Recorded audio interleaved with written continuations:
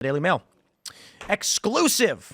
Trump considers relinquishing leadership of NATO and insists UK and France take more responsibility as Starmer plans return to D.C. with Zelensky to present United Front on peace plan. I mean, this right here, the first paragraph is the news.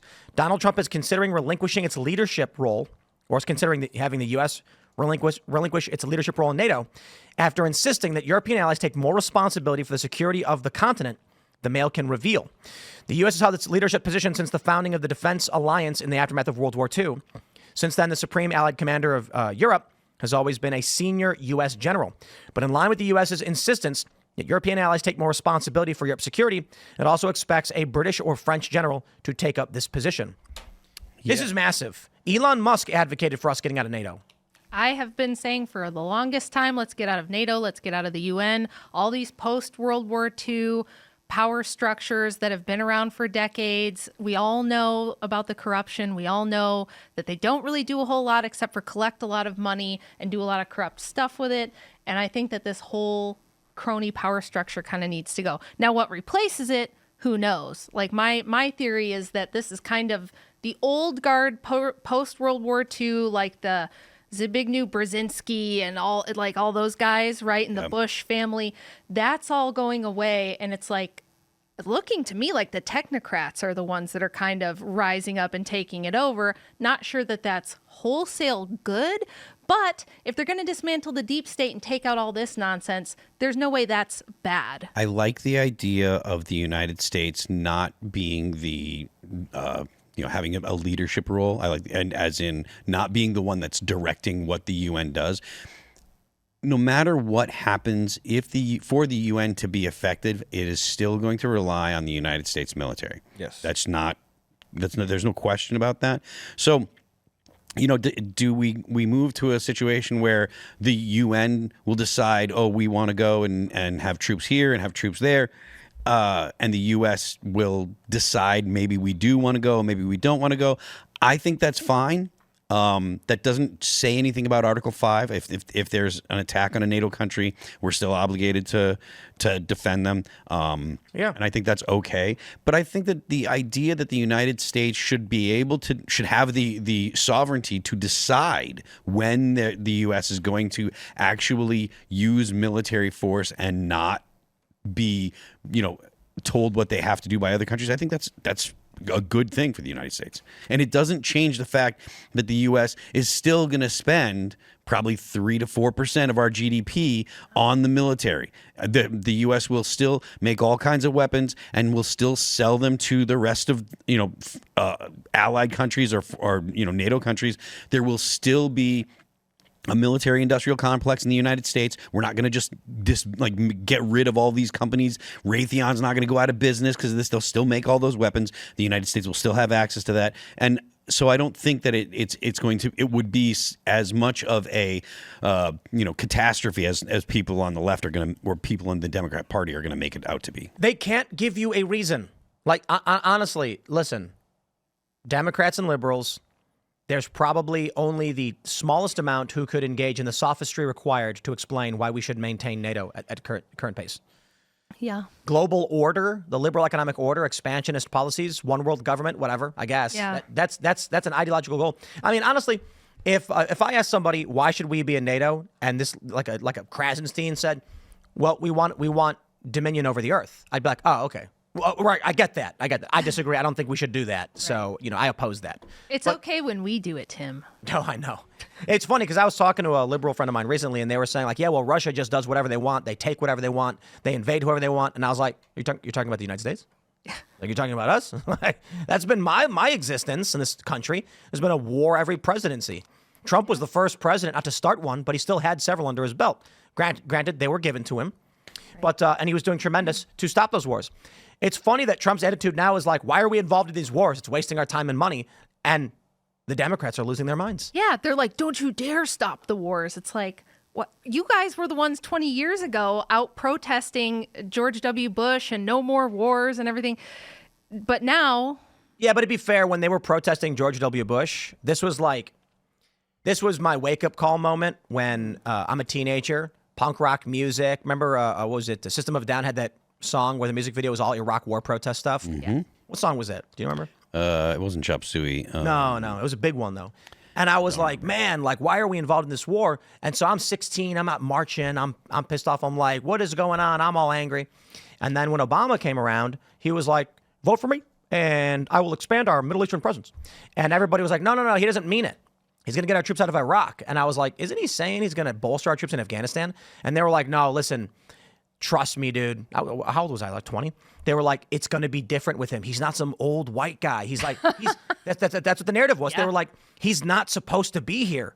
He's like some guy from Chicago who got lucky. You got to vote for him. And I was like, all right. Okay, well, let's give it a shot, you know? And then within like a few weeks, he bombed a Pakistani village of women and children, or he authorized a drone strike that bombed. And I was like, hey, wait a minute.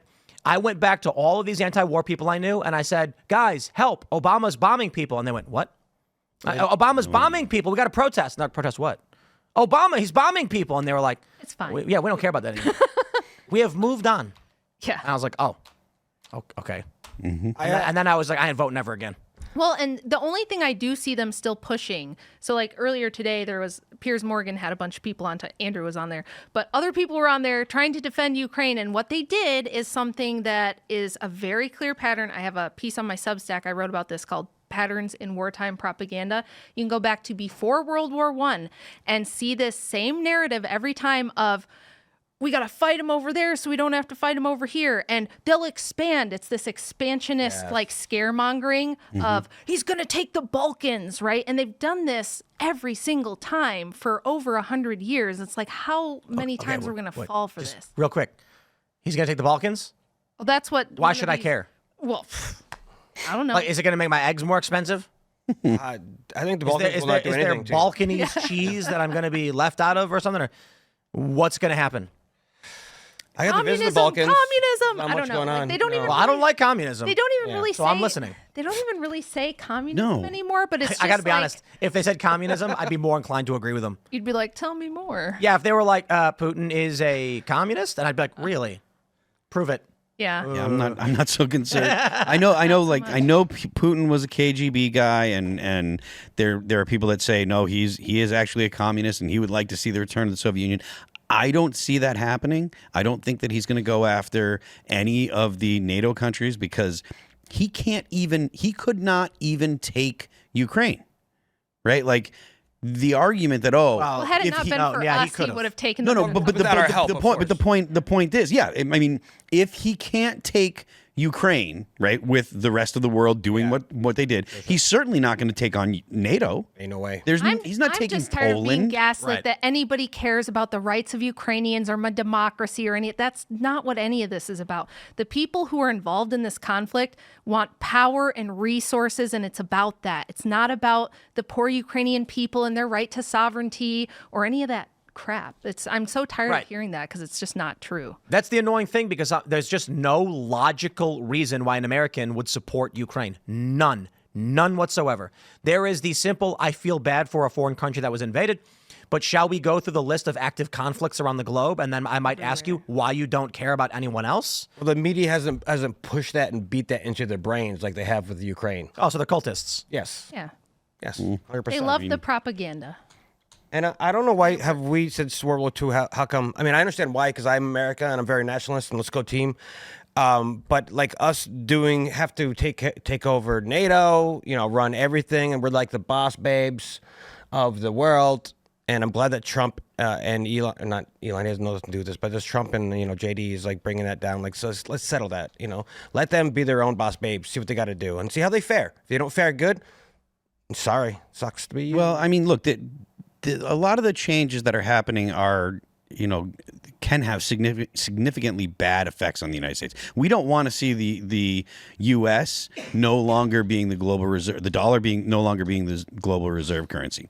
Because right now, if China and Russia want to buy oil, they have to buy dollars first. We have far too much debt as a nation to allow the rest of the world to stop buying our debt. And if the dollar stops being the reserve currency, if oil stops being priced in dollars, then our debt probably goes up significantly, and we can't get people to buy it anymore. People Well, aren't going to. let's hope that Doge follows through on their threat to audit the Federal Reserve, because that would go a long way to solving some of that. Well, I'm not so sure if it would solve it. It would give the American people more information about what actually goes on, but I don't know. If we were finding out the same things about the Federal Reserve and the IRS that we've been finding out about USAID, I think it would blow things wide open, and we would have to restructure a lot of things. I mean, I would like to see that, but part of the reason why we're on I'm not the guy I don't back the Federal Reserve System, but if we were to just say, okay, well, we're going to move straight to a gold standard, we would have massive economic problems. Well, no, just the smart gold play, you're standard saying? Smart was play? problematic anyway, and now the Bitcoin reserve is a great idea. There's other ways that they could handle it. I'm not saying that we need to go back to the gold standard. I think there were already problems with the gold standard, but there's definitely problem with just endless money printing and billions of dollars of debt and 100%. All the abuses that everyone has. I was listening to this, Rush Limbaugh talk about this as a kid in the early 90s, and we're still dealing with it. So it's Ron Paul was talking about it through the 90s and throughout all of the aughts and stuff. I was am still a Ron Paul guy. I think that Ron Paul's got really great ideas, and I voted if we for did him when he ran. So. Yeah, me too. But yeah, it's not as simple as just the U.S. should withdraw from the world, because if the U.S. withdraws from the world, then China and Russia do expand. I'm not saying there's withdraw no from the world, there is no you don't want to have a vacuum of power. Would that be we're already in a multipolar world, right? China and Russia are already fairly powerful. I don't think we're in as much of a multipolar world as some people think. The United States still has such incredible economic and military power.